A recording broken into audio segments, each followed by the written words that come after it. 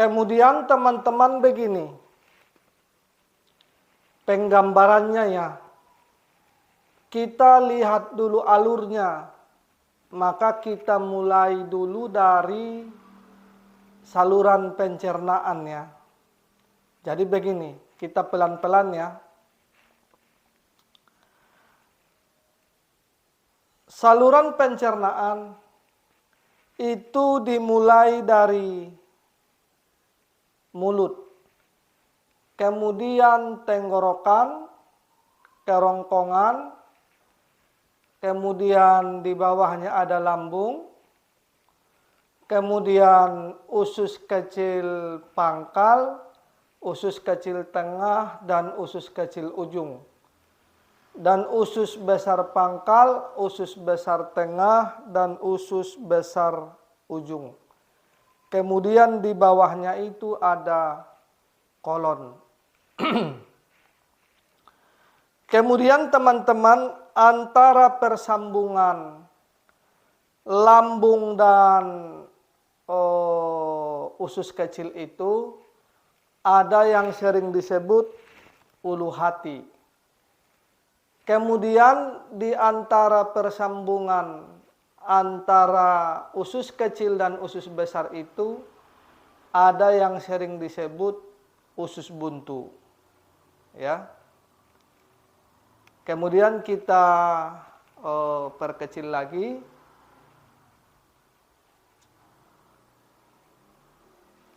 Mulut itu kaitannya dengan gigi, kemudian lidah, rahang atas dan rahang bawah. Kemudian ada tenggorokan dan kerongkongan itu kaitannya dengan gerak peristatik. Kemudian di bawahnya ada lambung. Lambung itu kaitannya dengan proses pencernaan mekanik dan proses pencernaan kimiawi. Jadi proses pencernaan mekanik ini kaitannya dengan otot lambung. Proses pencernaan kimiawi ini kaitannya dengan enzimatik atau enzim. Ada beberapa enzim yang ada di lambung. Yang pertama itu ada asam lambung, kemudian ada enzim pepsin, ada enzim lipase ya, ada enzim renin, ada mukus atau mucin, ada gastrin, dan ada faktor instrik. Kemudian asam lambung itu adalah cairan asam yang terdiri dari asam klorida atau HCl, kemudian kalium klorida atau KCl, kemudian natrium klorida atau NaCl. Kemudian di bawahnya lagi ada usus kecil, ya, usus kecil bagian atas. Usus kecil bagian atas ini kaitannya nanti dengan organ liver, kantong empedu, dan pankreas. Kemudian di bawahnya lagi usus kecil bagian tengah itu kaitannya dengan enzim lipase, enzim maltase, dan enzim tripsin. Kemudian di bawahnya lagi itu ada penyerapan, ya.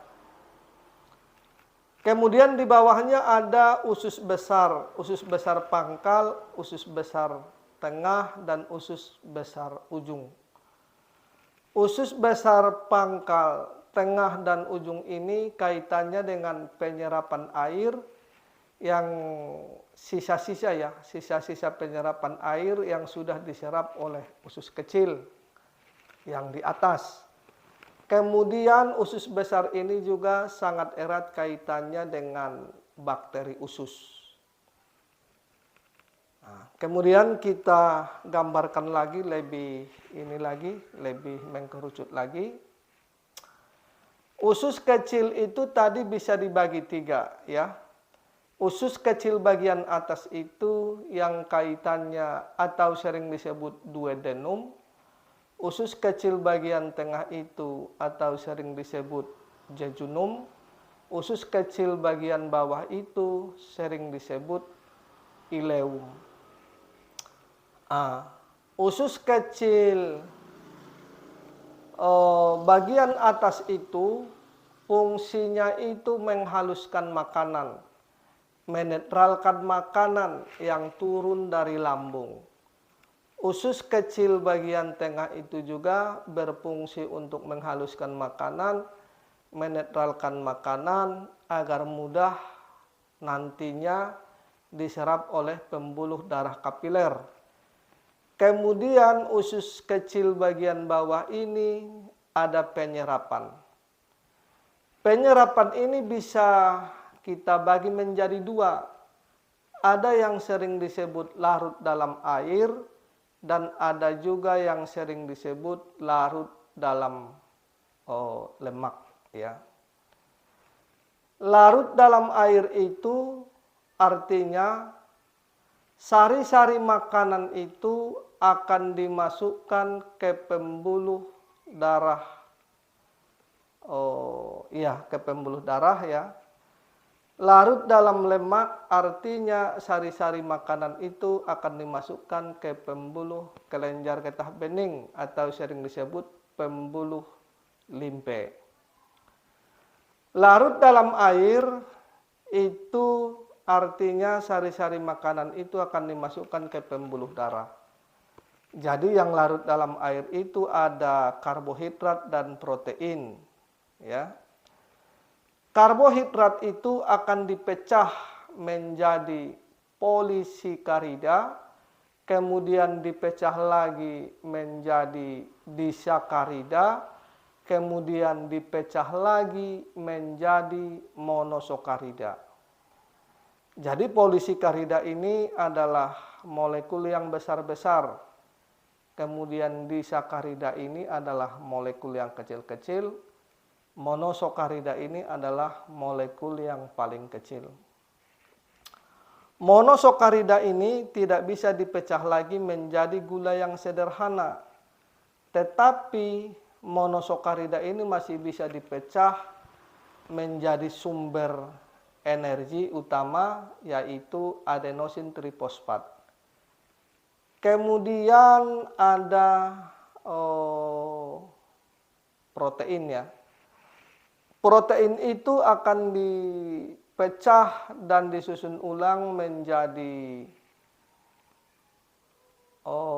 peptida, ya. Dipecah lagi menjadi asam amino. Kemudian ada air, mineral, vitamin B, dan vitamin C. Asam amino yang sudah diserap oleh tubuh akan disintetis ulang di dalam tubuh, sehingga nanti menjadi molekul-molekul yang diperlukan oleh tubuh, ya. Jadi terdapat 20 jenis asam amino yang difungsikan untuk membentuk molekul protein atau enzim. Jadi 9 diantaranya itu adalah molekul, 9 diantaranya itu adalah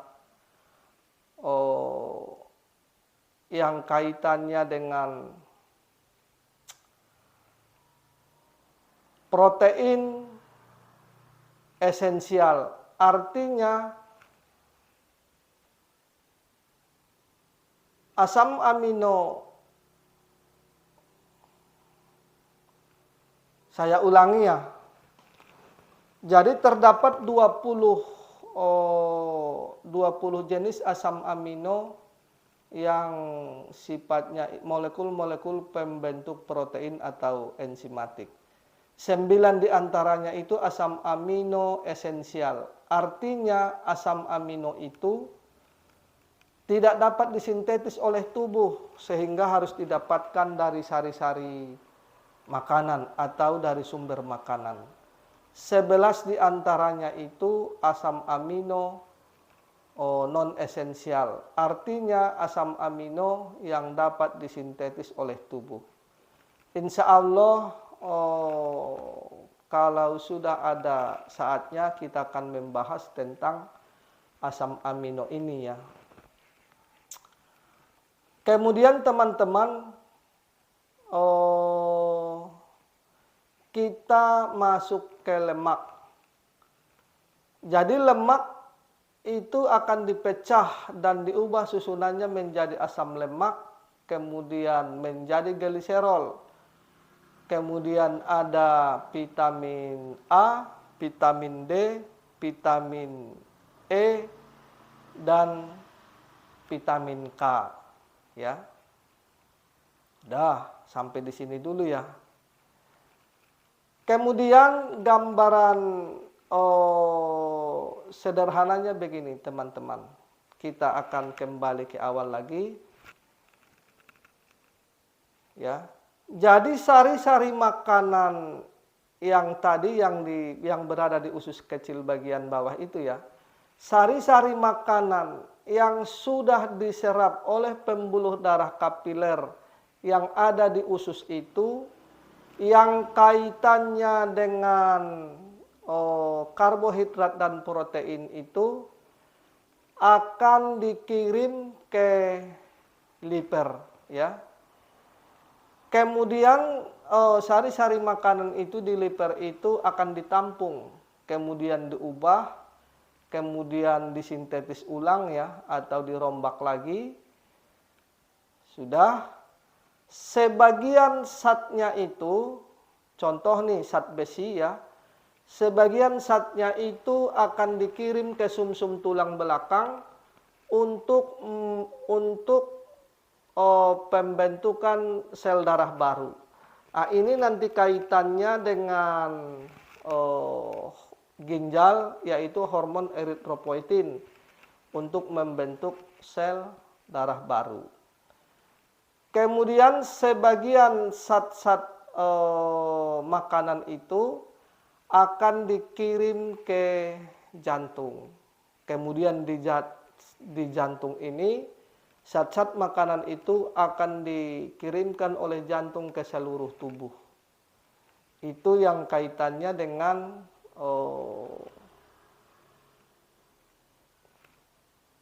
karbohidrat dan protein.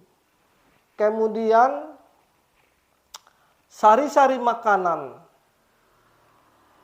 yang diserap oleh pembuluh darah kapiler yang ada di usus itu, yang kaitannya dengan lemak itu, maka akan dikirimkan ke kelenjar getah bening atau ke kelenjar limfe ya. Kemudian satu lagi, zat-zat yang tidak bisa diserap oleh tubuh ya, seperti serat-serat itu.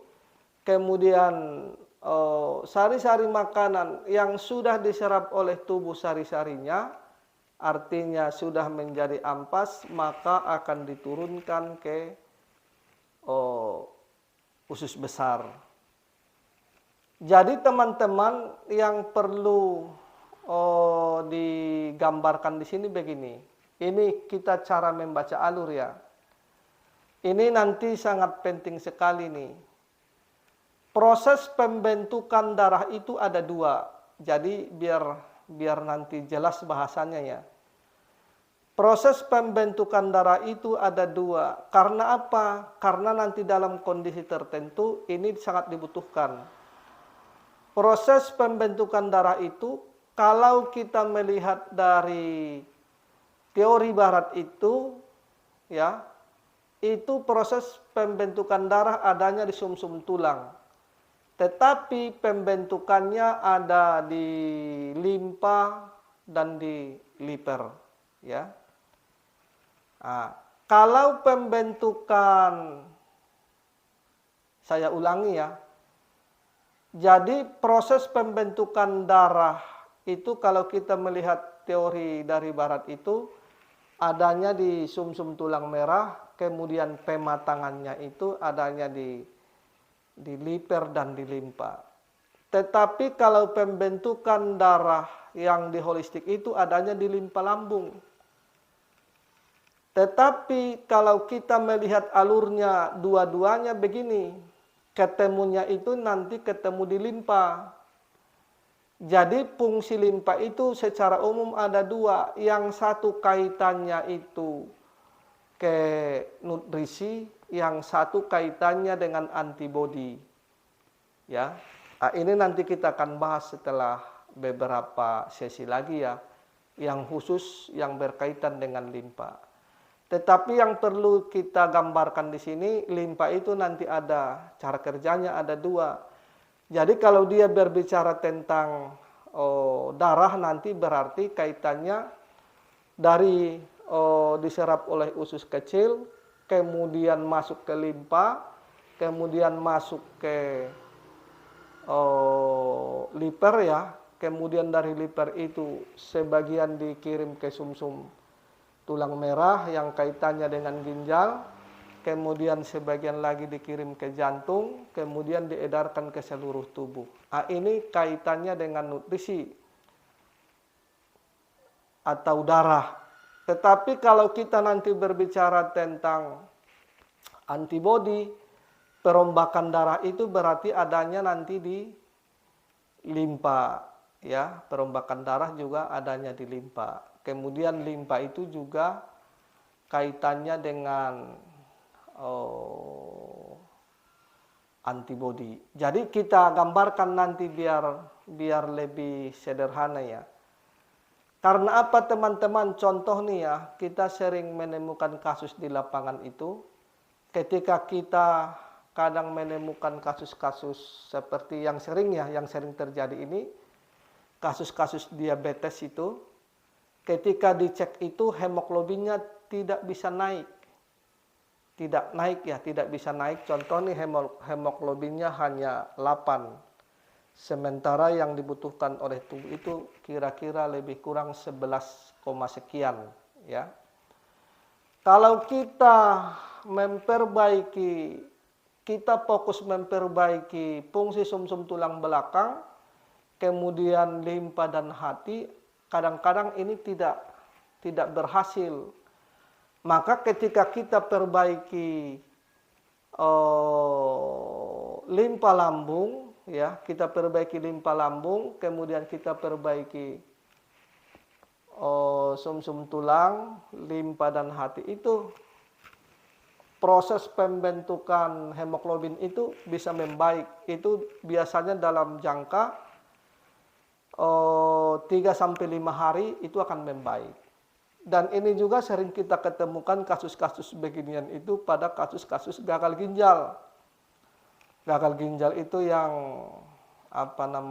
yang kreatininnya itu sudah contoh nih sudah 2 atau 3. Nah, ini juga sering terjadi hemoglobin itu tidak bisa dibentuk. Jadi kalau kita fokus pembentukan hemoglobin atau pembentukan darah itu kita fokus di sumsum tulang merah itu, kemudian berbagai cara ya kita lakukan, itu biasanya tidak membaik ya, yang sering kita ketemu di lapangan. Tetapi ketika kita lihat proses pembentukan darah yang dari holistik itu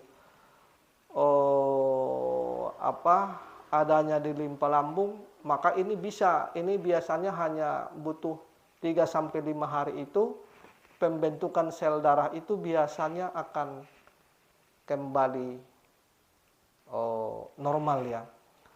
Contoh nih seperti pembentukan leukosit itu juga ya, leukosit, trombosit itu juga, basofil, neurofil, eosinofil, limfosit dan monosit itu,